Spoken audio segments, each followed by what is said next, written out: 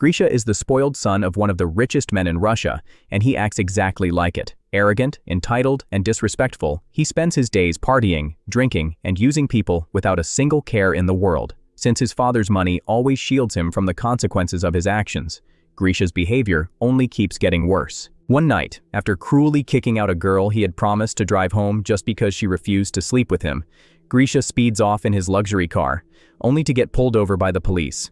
He immediately tries to bribe Captain Semyonov, as he usually does with every cop he meets, but this time, the officer refuses the money. Unable to handle being denied, Grisha arrogantly tries to flee. When Semyonov steps in front of the car to stop him, Grisha keeps driving, completely indifferent to the danger, and the officer ends up clinging to the hood before getting badly hurt. A few hours later, Grisha's father, Pavel, arrives at the police station to bail him out. Even behind bars, Grisha acts like a spoiled brat, demanding to be served as if he were in a hotel rather than a cell. The police chief warns Pavel that his son is out of control, reminding him of the yacht he destroyed, the chaos he's caused, and now the fact that he sent a police officer to the hospital. Pavel is desperate and embarrassed, knowing that Grisha's behavior has gone too far. After paying the bail, Pavel scolds his son and threatens to cut him off financially, but Grisha doesn't take him seriously. He knows his father always gives in. Frustrated and emotionally drained, Pavel goes to see his friend with benefits, Anastasia, a television producer, to vent his frustrations.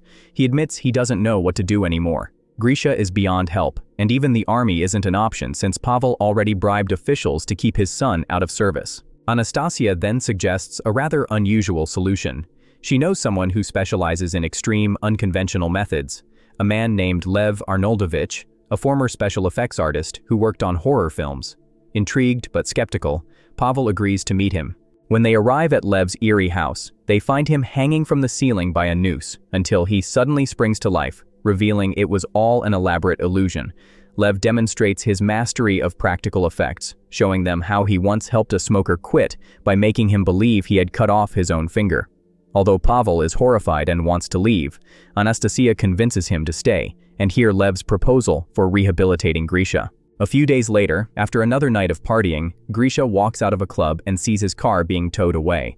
Furious, he chases after the tow truck, but before he can reach it, a gunshot rings out. He collapses to the ground and blacks out. When Grisha wakes up, he's lying in a stable, dressed in old-fashioned clothes, and completely disoriented. A young stable boy named Artyom orders him to saddle the horses before their master gets angry. Grisha is confused, thinking it's some kind of joke, but things quickly turn serious when the brutal foreman, Avdey Mikhalik, storms in, drags him outside, and kicks him for disobeying orders. Moments later, the stern landowner, Dmitry Timofeev, and his son Alexei appear. Dmitry hands the foreman a whip, and Avdey strikes Grisha across the back. Dmitry then warns him to get to work or suffer worse punishment. When Artyom leads him back to the stable, Grisha takes the chance to jump through a window and escape. As he runs through the nearby fields, he realizes he's in a small, 19th-century Russian village. The year, as far as he can tell, sometime in the 1860s before the abolition of serfdom.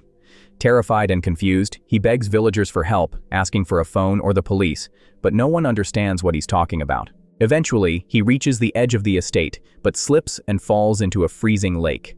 Soaked and shivering, he returns to the village in search of dry clothes, only to be captured by Avdey's men and sentenced to hang for attempting to run away. Just as the noose is about to be tightened, Dmitry's daughter, Aglaya, intervenes. Compassionate and kind-hearted, she pleads with her father to spare the prisoners, saying she's tired of all the cruelty. Since it's her birthday, Dmitry agrees to grant her request, and Grisha's life is spared. High above the village, a bird circles the scene. But as it flies away, it's revealed that the bird is actually a drone in disguise. None of this is real. Grisha hasn't traveled through time at all. This entire 19th century village is part of Lev's elaborate plan, financed by Pavel, designed to teach Grisha humility and discipline. Lev supervises the whole operation with Anastasia's help, using her experience as a TV producer to make sure every detail of the illusion feels authentic. Hidden cameras are placed all around the village, even in the trees, recording every move Grisha makes. And just in case something goes wrong, a sniper is always standing by, ready to shoot a tranquilizer dart if Grisha tries to escape the set. After watching his son get whipped for real, Pavel begins to question whether he's done the right thing. The sight shakes him deeply, but Lev insists this is all necessary. Pain is the only language someone like Grisha understands. Still uncertain, Pavel notices some tension between Lev and Anastasia and eventually learns why. When Anastasia said they had worked on horror films together, she meant they used to be married. Meanwhile, inside the massive set designed to look like 1860s Russia, the villagers, all trained actors, are getting ready for the next sequence. Lev hands out new scripts and reminds everyone of the strict authenticity rules: no shaving, no modern accessories, and absolutely no bras or underwear. Alexei, the landowner's son in the story, teases his girlfriend Liza, who actually works behind the scenes caring for the horses rather than acting. He also mocks his sister Aglaya for her contract, which pairs her as Grisha's love interest. The idea that she might have to sleep with the spoiled newcomer disgusts him and sparks an argument about where acting ends and morality begins. While everyone else prepares for the next episode, Grisha is living through his own personal nightmare. His daily routine is brutal. He wakes up before dawn, eats watery soup filled with flies, works long hours with horses that terrify him, and relieves himself in the forest because there are no bathrooms. He's constantly dirty, humiliated, and whipped whenever he talks back. For the first time in his life, the rich boy is experiencing what it means to live without privilege. One afternoon, as Grisha takes a break from work, he overhears Aglaya crying. She confides in him that her father plans to marry her off to a much older man. Instead of showing compassion, Grisha coldly tells her it's a good deal. The man will probably die soon, and she'll inherit his money. His complete lack of empathy shows he hasn't changed at all. Days later, hungry and desperate, Grisha steals a chicken and convinces Artyom to help him cook it. But once the soup is ready, he selfishly eats the entire meal alone. When the theft is discovered, the foreman Avdej demands the culprit confess or someone will be whipped at random. Grisha stays silent, watching as innocent Artyom is dragged away for punishment. Later, Artyom shows Grisha the fake scars made by the makeup department, but Grisha still doesn't care. While explaining his twisted logic, he suddenly notices Liza, the horsekeeper, dismounting and realizes she's wearing modern underwear beneath her old-fashioned dress. That means she's not part of the past. Excited, Grisha chases after her, tackling her to the ground in an attempt to expose the truth. Luckily, the villagers intervene and pull him away before things get worse, letting Liza run off terrified. Back in the control room, Pavel is furious. Grisha's behavior isn't improving at all, and he demands that Lev shut the whole experiment down. But before they can act, a crew member bursts in with news. Grisha is looking for Liza to apologize. Surprised and hopeful, Lev orders the actors to cooperate and tell Grisha where she lives. Grisha finds Liza and offers a sincere apology, a first for him, though she keeps a wooden stick with a nail hidden behind her back just in case. Liza accepts but warns him she'll stay cautious. Days later, the village prepares to celebrate Ivan Kupala, a midsummer festival said to be the most magical night of the year. According to legend, whoever you spend that night with will stay with you forever. During the festivities, Grisha livens things up by teaching everyone how to dance the lambada, creating a cheerful conga line that transforms the rigid 19th century party into a wild, modern celebration. Amid the laughter, Aglaya pulls him aside, tearfully saying she can't handle the thought of marrying the old man and plans to drown herself in the lake that night. Grisha brushes her off and instead seeks out Liza, trying to impress her with stories of the future: airplanes, electricity, smartphones. For the first time, Liza begins to pity him. His loneliness and confusion seem genuine, and she admits she believes he might really be from another time. But before their conversation can go deeper, Artyom rushes over and blurts out that Aglaya has been seen heading toward the lake. Finally realizing the danger, Grisha runs as fast as he can to stop her. He dives into the cold water to pull Aglaya out, saving her life. Grateful, she leans in to kiss him, but this time, Grisha surprises everyone by rejecting her advance. He doesn't want passion or reward, he just wants to find Liza. He searches for her at the festival, but she's gone, so he goes to her house. Behind the walls, the production crew scrambles to hide equipment as Liza opens the door. Grisha tells her he wants to spend the night with her, so the legend will make them stay together forever. Unmoved, Liza gently closes the door in his face. The next day, Lev decides to rewrite the script. Liza will officially become Grisha's love interest. Reluctantly, she joins the acting crew, though she refuses to kiss or sleep with him. She doesn't like Grisha, but she sees potential. Maybe she can help him change. Alexei, however, is furious that his girlfriend is getting pulled deeper into the charade. The story shifts again as the new plot unfolds. Alexei's character gets drunk, starts a fight in the village, and injures the sheriff, arrogantly claiming it's his noble right. Instead of being disgusted, Grisha is jealous, thinking Alexei must have had an exciting night. But when Dmitry, the landowner, orders Grisha to take Alexei's punishment instead, everything changes. At first, Grisha refuses, until Dmitry offers him something tempting, his freedom and good food. Desperate to escape, Grisha agrees. The whipping is brutal. He endures 24 lashes that leave him trembling and speechless. Watching from the control room, Pavel can't bear to see his son in pain and storms out. Anastasia follows him and gently reassures him that Lev's methods truly work, reminding him that the same man's psychological tricks helped her quit smoking years ago. Her words comfort him, but also awaken something unexpected. Real feelings between them. When Grisha arrives at the landowner's house to claim his freedom papers, he's met not by Dmitry, but by Alexei, who cruelly throws him to the ground, kicks him, and mocks him for believing anyone would truly set him free. Grisha clenches his fists, ready to fight back, but ultimately walks away in silence, a moment that disappoints Lev, but shows real emotional growth. From that point on, Grisha continues working humbly as a stable boy, though he starts spending more time with Liza. Slowly, he falls in love with her. One afternoon, as they walk together through the fields, a strange bird catches their attention, flying erratically in the sky. It's actually a drone that's lost control. Panic spreads among the production crew, who prepare the sniper in case it crashes near Grisha. To distract him, Liza tenderly tells him she's seen that bird since childhood and believes it's her guardian angel. Thankfully, the technicians regain control, and the drone flies away before Grisha suspects anything. Meanwhile, jealousy brews within the cast. Aglaya is furious that she's been replaced by Liza as the female lead, and Alexei can't stand watching his girlfriend grow closer to Grisha.